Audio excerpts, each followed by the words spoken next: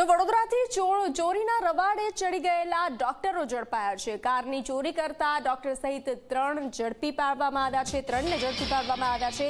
140થી વધુ ગુનાઓમાં ત્રિપુટીની સંડોવણી સામે આવી છે। 3માંથી એક આરોપી હરેશ માણિયા છે। ડોક્ટર છે હરેશ માણિયા બાવળામાં નેચરોપેથિસ્ટ તરીકે પ્રેક્ટિસ કરતો હતો। ચોરીની કુટેવના કારણે ડોક્ટરને દવાખાનું બંધ કરવું પડ્યું હતું। અન્ય આરોપી એમ્બ્યુલન્સનો ડ્રાઈવર અને વેપારી હોવાનો ખુલાસો થયો છે। ત્રિપુટી છેલ્લા 12 વર્ષથી ચોરી કરે છે। વધુ વિગતો સાથે સંવાદદાતા રવિ જોડાઈ ચૂક્યા છે। રવિ, ડોક્ટરની ત્રિપુટીને ઝડપી પાડવામાં આવી છે। વડોદરાથી ચોરીના રવાડે ચડી ગયેલા ડોક્ટરને ઝડપી પાડવામાં આવ્યા છે। बिल्कुल बात કરવામાં આવે તો વડોદરા પોલીસે 4 વ્હીલની ચોરી કરતા ડોક્ટર સહિત 3 આરોપીઓની ધરપકડ કરી છે અને આ 3 આરોપીઓ પર 140થી વધુ ગુનાઓમાં સંડોવણી અને સામેલ હોવાની ખુલાસો પોલીસ તપાસમાં થયો છે।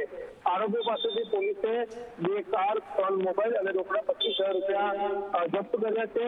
7 લાખનો મુદ્દામાલ જપ્ત કર્યો છે।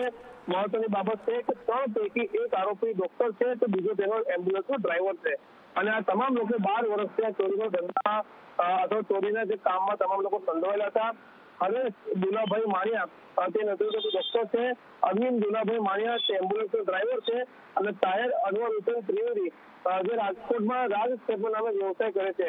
એટલે કહી શકાય કે આ જે 3 આરોપીઓ છે તેમને છેલ્લા 12 વર્ષથી 140થી પણ વધારે 4 વ્હીલ કારની ચોરી કરીને તેને વેચી નાખી છે અને પોતાનો મોટો પૂરા કરવા માટે અને પોતાના ધંધામાં નુકસાન થયા હોવાના કારણે આ ચોરીના રવાડે ડોક્ટર ચડ્યો અને તેના તમામ લોકોને જોડ્યો હોવાનું પોલીસ તપાસમાં અત્યારે સામે આવ્યું છે। જી રવિ, જાણકારી સાથે જોડાવા બદલ આભાર।